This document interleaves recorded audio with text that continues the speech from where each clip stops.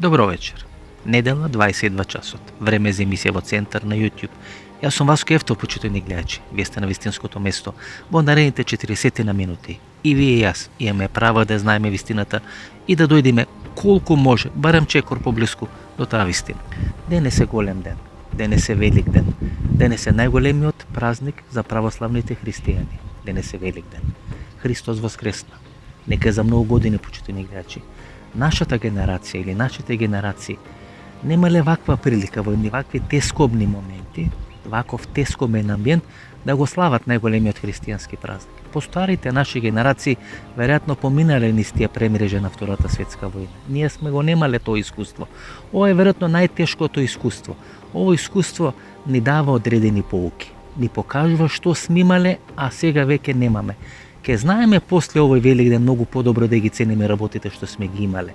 Бидејќи знаете, кога нешто имате во рака, кога имате еден комотен живот, кога имате еден добар живот, живот кој нема масовни умирања, живот кој нема војни, кој нема некои тескобни моменти, тогаш тие работи како од Господ да ви се паднати. Не знаете да ги цените, не знаете да ги почитувате.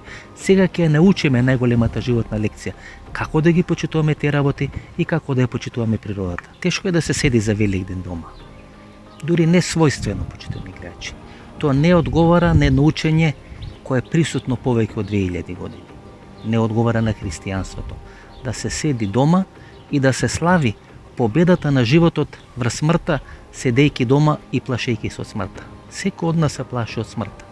Всушност, на велик ден, смртта, односно животот ја победува смртта. Исус Христос умира и воскреснува и на тој начин покажува дека тоа плашење од смртта е само минливо, дека на крајот животот или вечниот живот секојаш ја поразува или победува смртта. Ова не сум го измислил јас, го имам прочитано од Андрей Ткачов.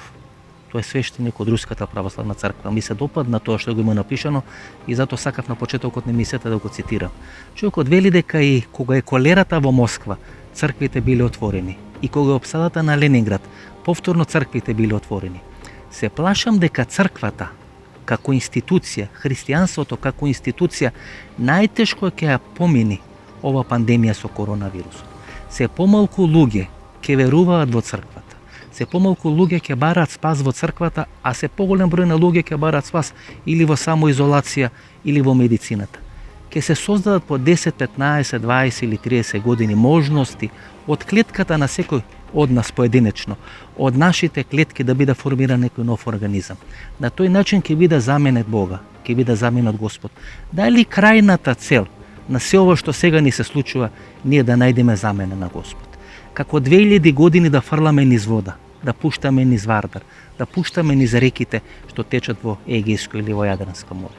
Мислам дека црквата ќе треба да биде прва после ова пандемија со коронавирусот, кој ќе треба да ја приспита својата позиција во општеството, да најде одговори на клучни прашања. Ако црквата не се обиде и не најде одговори на клучни прашања, ќе имаме сериозен проблем како и понатаму да веруваме во христијанството и во Исус Христос. Значи, клучно е сега да се зачуваме верата, клучно е сега да најдеме одговори, клучно е сега да ги успокоиме луѓето, да им кажеме дека нема потреба да се плашат. На крајот животот секој ќе поразува смртта. Руски ГРУ ставља теозофе за шефове масонских ложа у целом свету. Тренутно. Може ли да дефинирате за нашите гледачи што значи теозофи? Како тоа да го дефинираме, тој дел на масонерија? Тоа е спој науки и религија. Теозофи, љубители Бога, божанске мудрости. Нема више религија од истине, каже Хелена Блаватски. Tako da je to nauka kao metoda religije. I onda se ove religije, kao što je hrišćanstvo, islam i to, ukidaju, nepotrebne. Ostaje naučna duhovnost. Nauka kao duh, kao novi duh. Значи нешто како Тесла, наука, Tesla, но дигнато на енти степен, значи наука со елементи на религија, на религиозност. A da, kosmogonija, kako nastaje kosmos, to je pitanje religije. To sad radi nauka. Kako nastaje kosmos, to je pitanje Boga. Може дойде време да кажеме и некои позитивни, некои добри работи кои се случуваат или се поврзани со пандемијата со коронавирус. Се намалува факторот на репродукција на вирусот. Во Германија во моментот е 0,7%, што значи дека еден заразен човек веќе не може да зарази ниту еден нов пациент, туку само 0,7% нов пациент. На почетокот на пандемијата на вирус во Германија факторот на репродукција беше 3%, значи еден заразен можеше да зарази нови 3 пациенти. На 6 април оваа година факторот беше 1,2, 1,3%. Факторот на репродукција се намалува и во Србија, тама е 0,9%. Сакам и чекам и македонските власти да кажат колку е факторот на репродукција во Република Македонија. Овој фактор на репродукција можеме да го споредиме со стапката на фертилитет. Ако е стапката на фертилитет, например, пониска од 2 или 2,1%, тоа значи дека една жена не раѓа повеќе од 2 деца и државата влага во процес на депопулација. Исто се случува и со еден вирус. Ако факторот на репродукција на еден вирус е под 1% или под 0,7%, тоа значи дека вирусот веќе престанува да се шири со таа геометриска прогресија и почнува да се суши. Еве тоа нека бидат некои добри вести на почетокот на емисијата.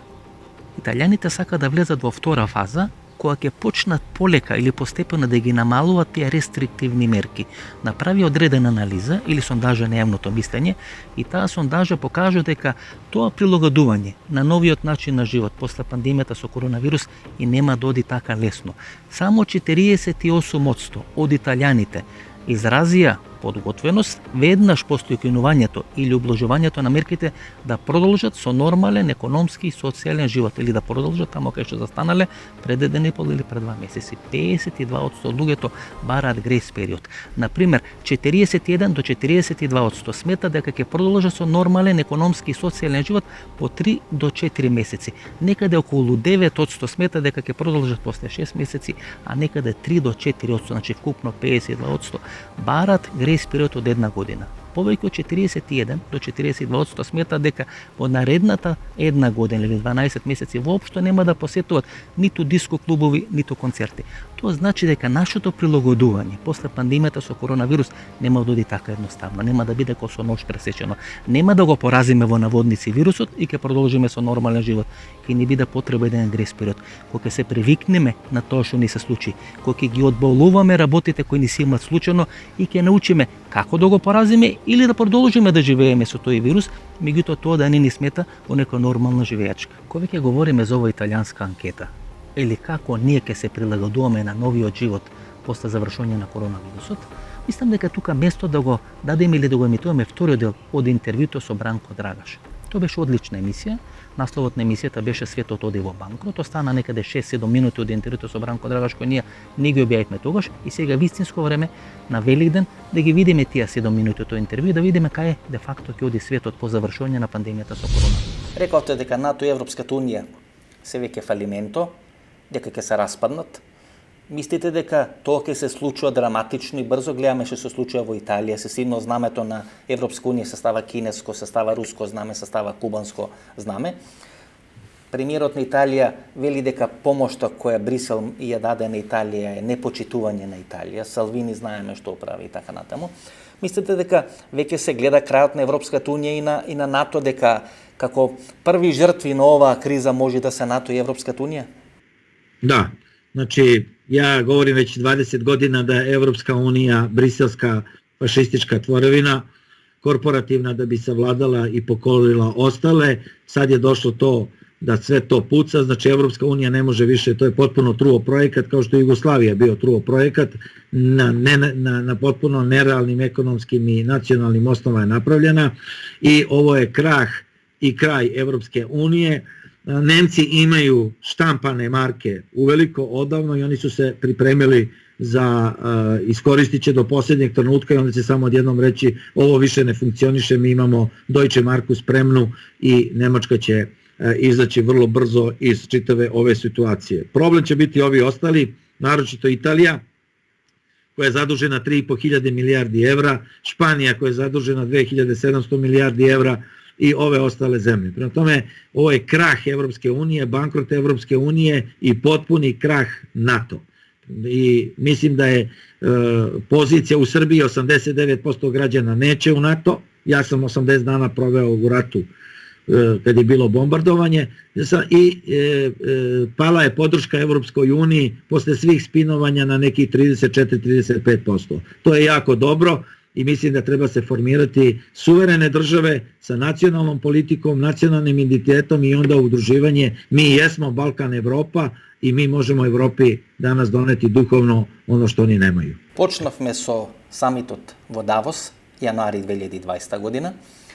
Тамо што се случуваше, можеме ли со тоа да завршиме? Принчот Чарлс во своето експозе на самитот во Давос 2020 година, че некаде пред 2-2,5 месеци, најави нов светски поредок 2030 година. Дали целиот овој процес ќе финишира до 2030 година или работите многу побрзо ќе се случуваат? Што де факто е договорено во Давос и што ќе се случува? Еве тоа нека биде финален овој интервју. Da kažem, znači to što se oni dogovaraju, to je već sve poznato. Pitanje je sada kako će čovečanstvo na to da reaguje. Znači, zato su važne ovakve emisije, zato je važna vaša televizija. Širenje svesti ljudi, znači proširivanje znanja, povezivanja. Znači ovdje nije ugrožena jedan narod, jedna nacija, ovdje je ugrožena planeta od ludaka. I mi sad treba samo da se međusobno povezujemo i napravimo jedno novo društvo i novi sistem. A to što se oni dogovaraju, znači vidimo da oni ne mogu da izađu iz štampanja falsifikovanih dolara i evra, tako da sve su sredstva iscrpili. Ovdje je sad najvažnije i najteže osvojeno utvrđenje je ljudska lobanja. Znači svest o tome kakvo novo društvo mi hoćemo da se napravimo. Svest o tome da je način kako se protiv epidemije borimo, ali da to ne bude postavljeno kao totalitarno spinovanje da bi se ljudi zatvorili u kuće i zato je jako važno zvati ljude koji su stručni. Znači evo što se dešava u Srbiji. Ovo je sada idealno da je velika panika od strane predsjednika koji je potpuno nesposoban i koji širi najviše paniku. I sad se pojavili ti ludaci koji su isto šizofreni, koji su psihopate i sad oni unose sve svoje ludila i dalje uznemiravaju narod. Znači ovo je jedan normalan proces raspada jedne zapadne civilizacije koja je došla do svog kraja. Kao što je raspala se rimska civilizacija, kao što se raspala Otomanska imperija, Austro-Ugarska i tako dalje. Ovo je raspad te civilizacije i mi živimo u raspadu te civilizacije. Sad treba uzeti dobre strane za mlade ljude koji danas imaju 15, 18, 20, 30 godina. Ovo je sad idealno vreme. Dolaze nove vrednosti. Znači mi živimo na prelazu iz elektronskog doba u doba veštačke inteligencije. Sad naš čovek mora da se prilagodi tom dobu i taj naš mora sada da kaže šta su sada prednosti. Pa izvoli sada sve te tehnologije treba da se stave u našu funkciju. Prema tome ovdje se sada treba ići na prosvećivanju građana. To je suština. A ne sve je već unapred dogovoreno. Pa šta nas briga što je sve dogovoreno? Sve će to da propadne. Uzmite zemlju, imajte okućnicu, uzmite zlatno i mirno čekajte propast. Ako ste u stanu zatvoreni i zavisite od toga da li ćete dodati u prodavnicu, tada smo mi roblje i tada oni mogu da upravljaju. Mislim da je to glavna borba i zato je važno da širimo ovakve ideje jer cilj je stvaranja humanističkog društva. To je cilj. Znači, Bog, zajednica, porodica, ja. A ne ja, moji interesi, pa opet ja, pa na kraju sve ostaje. To je propast zapadne civilizacije. I ovo je jedna velika prilika za naše narode. Гледате како сите, како папагали повторуваат дека ќе треба да продолжиме да живееме на социјална дистанца. Па што преме ние до сега, почитани гледачи? Ова е втора фаза на живење на социјална дистанца. Па што преме изминатите 10 години после измислувањето на Фейсбукот? Гледате како Цукерберг ни покажа како треба да живееме на социјална дистанца. Кога не сте пратиле ружа на девојка или сте поканиле на кафе, тоа го правите преку Фейсбук. Кога не сте отишли кај пријателите, туку комуницирате преку Фейсбук. Кога не сте погледнале филм или сте прочитале книга, туку дремите на Фейсбук. Проверите колку дремите дневно на Фейсбук. Ова е втора фаза. Видите, ако има сценарио, а ја сметам дека има сценарио, ние сме ја поминале првата фаза на одредена самоизолација. Тоа не е направено преку Фейсбукот. Сите овие луѓе кои ги работат или ги реализират овие проекти, всушност се продолжени рака на тајните служби, дали е тоа на ЦИА, дали е тоа на ФБИ, не е битно. Тоа се луѓе со измислени биографии. Тоа луѓе се напишани биографии. Тие луѓе спроведат одредена агенда. Кога им заврши таа агенда, мирно се повлекуваат на страна. Ке гледате како полека Сорос ке се повлекува на страна. И неговото место ќе го заменува Бил Гейтс. И сега за Бил Гейтс повеќе говориме отколку што говориме за Сорос. Тие се перијаници, тие се фронтмени или луѓето на таа длабока држава. Иако јас мислам дека постојат најмалку две длабоки држави, ако не би имало конфликт. Ако постои само една длабока држава, тогаш како да ги наречеме луѓето кои се борат против таа длабока држава? Тоа не е видлива, тоа не е јавна битка. Ако се конфронтира две сојузни структури и во Русија, и во Кина, и во Америка, тогаш не постои една длабока држава, постојат две длабоки држави и тие водат внатрешни или фронтални битки. Не е битно. Одредени лица, како Сорос, како Бил Гейтс, како Цукерберг, тоа се лицата или фронтмените на тие процеси. Тајните служби ги измислуваат Facebook, измислуваат одредени медицински лекови, измислуваат одредени оружја и тогаш тие со помош на тие орудија го обликуваат светот по мерка на тие тајни служби и по мерка на тие длабоки држави. Тоа е суштината на сите тие процеси. Нема сега социјална изолација, нема сега социјална дистанца. Ние 10 години живееме во социјална изолација, таа се нарекува Facebook. Тоа е стравичен систем, почитувани гледачи. Тој систем кој е составен од една или од две длабоки држави. Тој систем функционира врз контрола на стравот. Мора да се создаде страв и да се контролира стравот или да се злоупотребува стравот. Тоа се прави преку најмалку 3 алатки или 3 клучни алатки. Тоа е медиуми, тоа е здравство или лекови и тоа е армија или војска. Гледате како одредени искуства или одредени пронајдоци ќе бидат најдени во армијата и тие пронајдоци ќе бидат дадени на Бил Гейтс или ќе бидат дадени на Цукерберг или ќе бидат дадени на Сорос. И преку контрола на медиумите, на здравието и на оружјето се контролира тој страв. Тоа се трите алатки со кои длабоката држава или длабоките држави нас не држат во перманентен страв. Држејќи не во перманентен страв, тогаш можат со нас да прават што сакат, вклучително и социјален инженеринг. Може да прават како сакат социјален инженеринг, ние ниту ќе бидеме свесни, ниту ќе можеме да се спротивставиме на тоа. И тоа ќе биде предизвикот на новото време. Како да излеземе од тоа јајце, да го искршиме тоа јајце, да излеземе од тоа јајце, бидејќи пилето не може да стане кокошка, не може да стане голем убава птица, да лета, кој ќе може да лета и кој ќе може височината да ги работите, ако не го искрши јајцето. Значи во наредниот период ние ќе мораме да го скршиме јајцето, да ги расшириме крилјата и да почнеме нормално слободно да живееме. Има вирус кој е реален, луѓе кои умират. И тоа има, наravno. Разни модалитети како да се лекува. Тако е. Разни размислувања и тоа е едниот дел на работата. Тоа е реалност, да. Доаѓаме до ирационалниот страв, кој е клучен. Кој е највеќи проблем. Кој е најголем проблем. Тие нив им смета и да размислувате. Не велам дали сте во право. Може би не сте во право. Дури ни вие не тврдите дека сте во право. Они се плаше и да мисле. Да. Сега веќе имаме еден социолошки експеримент. Тако е. Не на контрола на мозокот, контрола на душата, контрола на однесувањето. Сами се ставивме во една изолација. Знаете, како велеше Ноам Чомски, имате проблем, па имате решение. Јесте. Една од стратегија која Ноам Чомски понавља. Овде имате страв и доброволна капитулација. Јест, апсолутно, ваша анализа е одлична. Управо се то дешава и када ми људи, сад сам позвана на едну телевизију овде у Србији, и onda su mi rekli da dođem sa maskom. Ja sam rekla da ne dolaze u obzir, da oni svi mogu da stave i skafandere na lica i da se uju u krpe, ali ja neću, jer ja znam ko sam i šta pričam. Ne nosite maska? Ma taman posla. Pa od maske bi se znate koliko bakterija imate samo u tome što držite na ceo dan na licu, to su gluposti.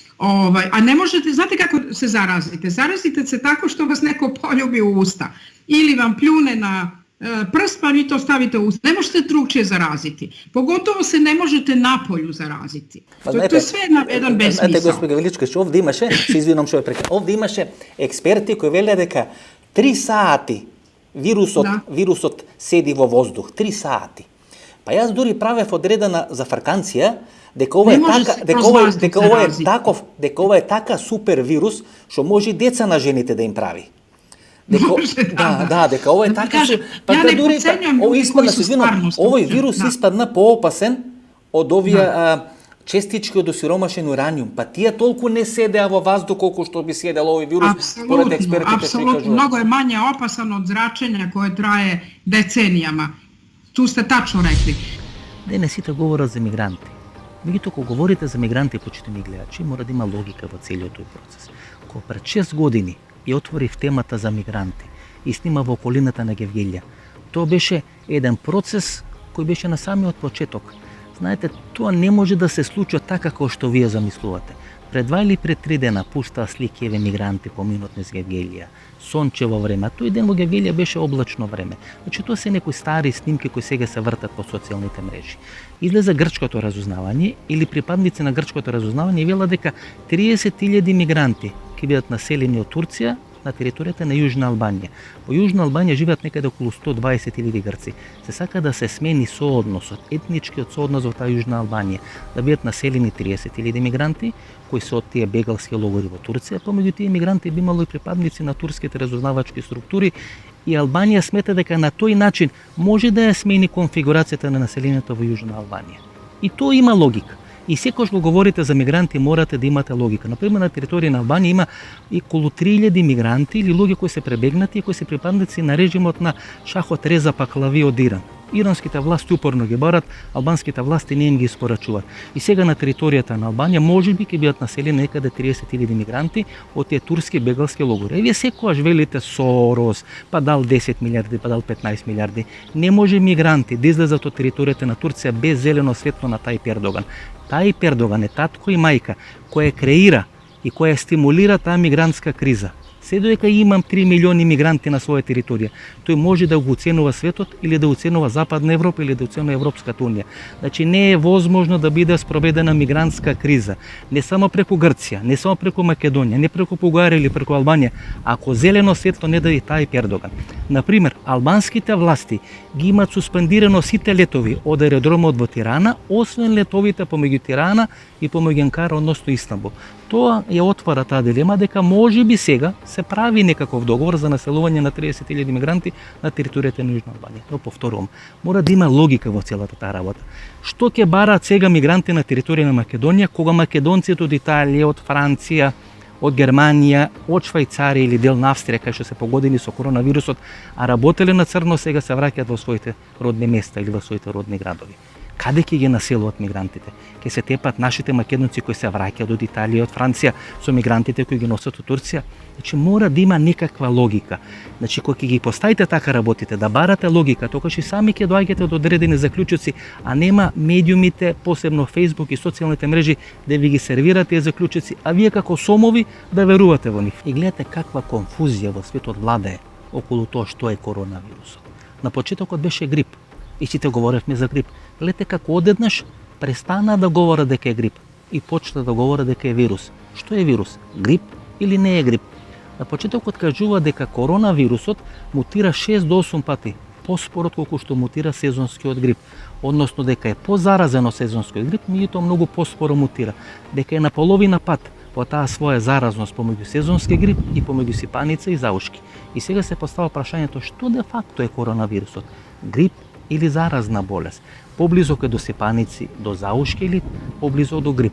Ако е поблизо до грип, тога се постава прашањето како може да се стекне имунитет од грип. Од грип не се стекнува имунитет и кога вакцинират сезонски поради грип или против грип, вие имате одреден имунитет кој трае само 9 месеци. Таа ситуација дека некој може да стекне траен имунитет од коронавирусот, ако коронавирусот го третираме и понатаму како грип, таа не држи вода, почитувани гледачи, бидејќи никој не може да стекне траен имунитет од грип. Затоа сите луѓе кои се вакцинираат од грип се вакцинираат еднаш годишно или се вакцинираат на 9 месеци, бидејќи после 9 месеци секоја вакцина против грип веќе нема свое дејство, не може да делува или да ве штити од одредена сезонска инфлуенца на грип. И втората теза е дека станува збор за биолошки произведен грип или грип, односно вирус, коронавирус произведен во некоја лабораторија. Американците и кинезите се конфронтират каде е создаден тој коронавирус. Кинеското Министерство за надворешни работи преку својот портпарол ги обвини американските власти дека преку американските војници тој вирус е донесен во Вухан. Американскиот претседател на своја пресконференција ги обвини кинеските власти и рече дека ЦИА и американските известителни органи, односно истражни органи или разузнавачки структури, ќе направат све да откријат дека во Вухан или во лабораториите Вухан е произведен тој ковид вирус или тој коронавирус. Трамп и понатаму го нарекува кинески вирус. И кинезите сака да најдат одреден баланс, да кажат дека тоа е природен вирус кој може случајно е пуштен во етерот или пуштен во природата, а дека произлегува од одредени лилјаци кои живеат во близината на вулкан. Тоа прашање ќе треба да биде одговорено. Зашто станува збор? 184 држави во светот во моментот имаат проблеми со коронавирусот. Некој на крај ќе треба да ни објасни зашто станува збор, за природен вирус или за биолошко оружје. Гледате како одеднаш во сите дебати околу коронавирусот или тој грип, заселен грип, зголемен грип, најинтелигентен вирус, така го нарекуваат нели во последно време. Не постои поинтелигентен вирус во човековата или во светската историја. Тако бил коронавирусот. Можел да се движи цик-цак, да стои 3 сати во воздух, да прави се и се што јас нели пред 2 или 3 месеци нашли дека може на жените да им прави дете. Значи тој е дефиниран ко најинтелигентен вирус. Ако е најинтелигентен вирус настанал во природата, е природен талент кој шахистите што се раѓаат во Норвешка, Шведска или во Иран, или некој биолошки ги има формирано. Одеднаш во екот на сите тие расправи околу пандемијата со коронавирус се отвора прашањето на шпанскиот грип кој е појавен 1918 година. Кога ќе прочитате се за шпанскиот грип, вие ќе дојдете до 2 или 3 заклучоци. Никој не знае како се има појавено шпанскиот грип. А шпанскиот грип се појавува на крајот на Првата светска војна, која се смета како војна кај што првпат масовно се употреба биолошко или хемиско оружје како начин на војување. Трае 3 фази. Пролета 1918 година, есенста 1918 година и јануар, односно зимата 1919 година.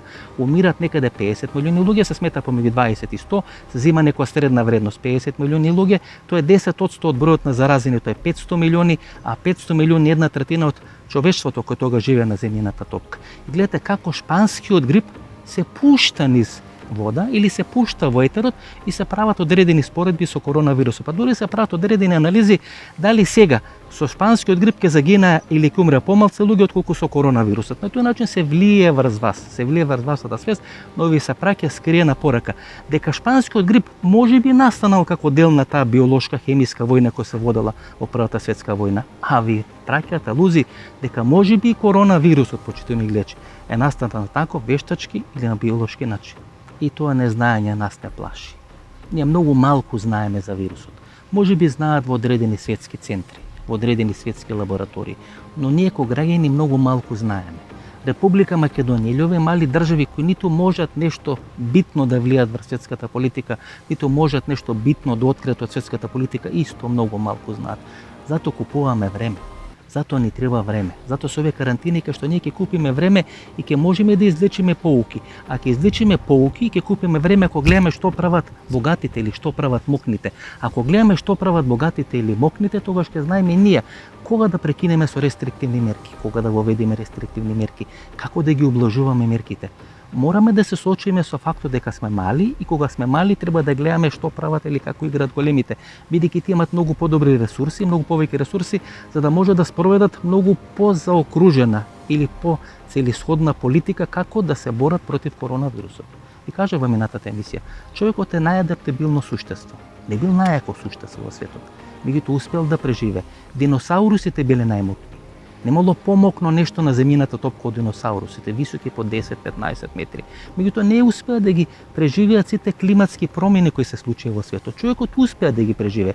Не само што успеа да ги преживе, туку почна да го контролира светот. И тука е проблемот. Сметавме дека сме семокни и дека можеме све да контролираме. Сега ќе треба да направиме едно драматично ревидирање на нашето однесување. Не е природата наша. Не ни оставиле мајка ми и татко ми, не ни ги оставиле нашите родители, не ги оставиле нашите баби и дедовци. Ние мораме одговорно да се однесуваме и кон себе, и кон нашиот род, и кон нашата врста, и кон нашата држава, но и кон светот, и кон природата. И тоа е лекцијата, и тоа е поуката која треба под број 1 да запамтиме кога ќе заврши ова пандемија со коронавирус. Го знаете оној виц за англиската трева. Купувате трева, англиска трева, ја насадувате во Македонија и чекате 100 години таа трева да биде иста како тревата во Англија. Што сакам да кажам? Помалку се уморивме, кога не ги дават примерите на Шведска, на Швајцарија, на Австрија, па дури на Словенија. Ние немаме социјалошка или социјална интелигенција да можеме да спроведеме такви примери. Јас ќе ви дадам еден пример, например.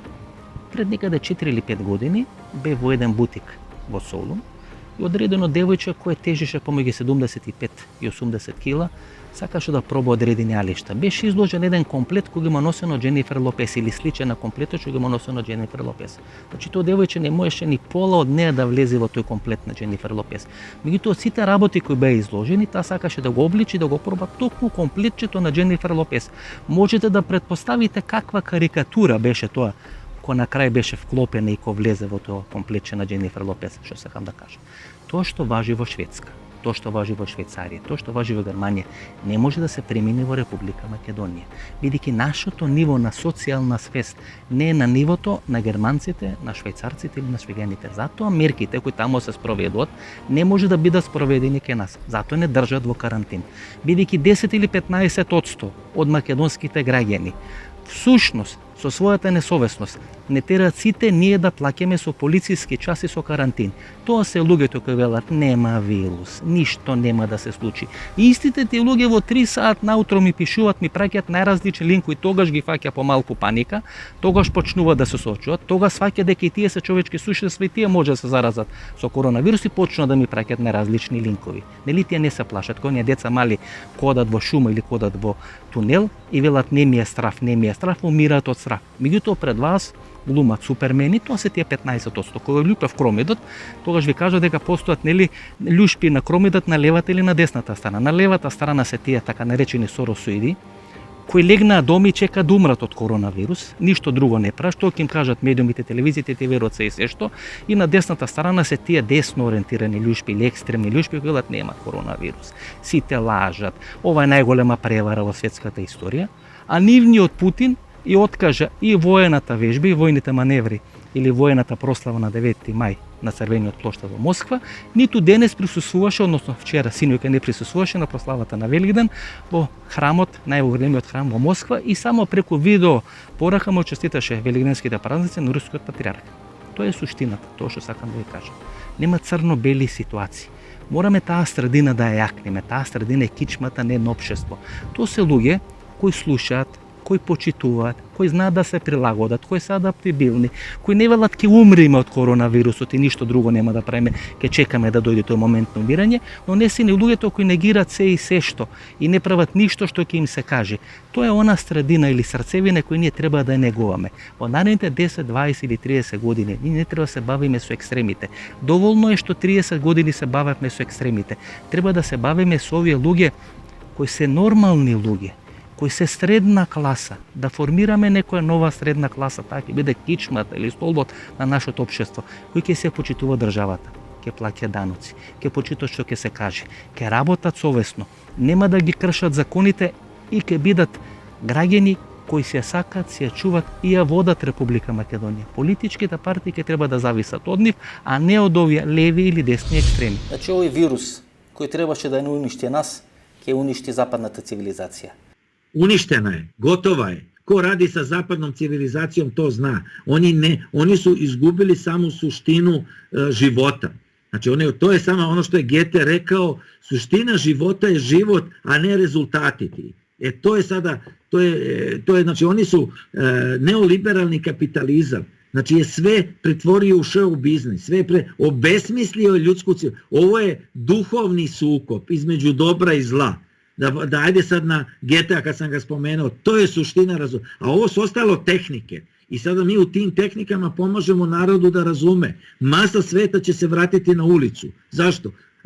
Na selo, izvinjam se, na selo. Zato što može na selu da opstane, može sam da proizvede, ne zavisi od nikoga. Pa to su naši prađedovi i dedovi, oni su tako živeli svi. Znači ovo je slom jedne pogrešne civilizacije posle 2000 godina, koja sada po svaku cenu hoće da ostane i hoće, odnosno taj sloj parazita, ološa, virusa, oni su najveći virus, oni su najveća opasnost. I zbog toga je sada važno ovakvim emisijama ohrabriti narod da razmišlja, da se povezuje, da se druže i da povlače prave poteze. To je suština. A zakukavanje, isključite, ne gledajte te ludake, isključite internet i gledajte ljude koji iza sebe imaju referencu. To je suština. Od koga možete nešto da naučite. Jer te zave, pa to smo sve prošli, to sve znamo. ovaj s ovim, upale ove jedinice u Fed, pa što to nas uopšte briga? Oni dalje štampaju, znači povlače nacionalna država, znači u Srbiji mi smo izašli sa predlogom vlade narodnog spasa, koja može iskoristiti ovo da se napravi jedna potpuno druga politika. Kripto država Srbija je potpuno rešenje. Nema parlamenta, nema političkog kološa, nema parazita, oni su paraziti koji, oni donose mere u Srbiji, ekonomske mere, a ništa se njih ne tiče. Niko nije rekao, ja ću se odreći mojih 10.000 evra pa ću primati 500 evra da se to podeli. 300.000 dece u Srbiji gladuje. 300.000. Je li to neko rekao od njih, ja ću se odreći svoje plate u koriste dece? Ne, to je politički ološ koji je spinovan, postavljen i ta struktura svetska propada. Prema tome, živimo u izuzetno interesantnom dobu. I ovo je velika mogućnost mladim ljudima sad da se iskažu, jer evo daću podatak, pogotovo za mlade ljude. U narednih 10 godina, to što je Charles govorio, do 2030. 20 miliona zanimanja će nestati. 20 miliona. Potpuno se menja struktura društva. Da li možemo sad to iskoristiti pa da napravimo humano društvo, gdje će ti roboti i ta veštačka inteligencija biti u funkciji čoveka, a ne čovek da bude njen porobljica. To je borba za koju se mi danas borimo. I mi smatramo da ovakvim emisijama i širenjem duhovnosti, širenjem te moralne vertikale, to je rešenje. A to robe, štampanje novca, to je propast kompletna. Znači, ovde ne treba restartovati pogrešnu civilizaciju, nego srušiti je i napraviti jednu novu koja će se zasnivati na nekim drugim duhovnim vrednostima i na osnovu toga napraviti novi ekonomski sistem. Prvo vi govorite za strah, pa za iracionalan strah i всяке kažem zbor dva za iracionalna hrabrost. To je ona hrabrost koja je нареком hrabrost после испиени 3 пива. Еден дел на македонските граѓани полека влегуваат во оној синдром на Даме Груев. Подобро ужасен крај, отколку ужас без крај. Веќе не слушате ништо што не ви се допаѓа. Почнувате да слушате, да читате работи само кои сакате да ги читате и да ги слушате, да верувате во работи само во кои сакате да верувате. Ништо друго не сте капацитетни да примите. Тоа прави одреден проблем, почитувани гледачи. Зошто да има ужасен крај?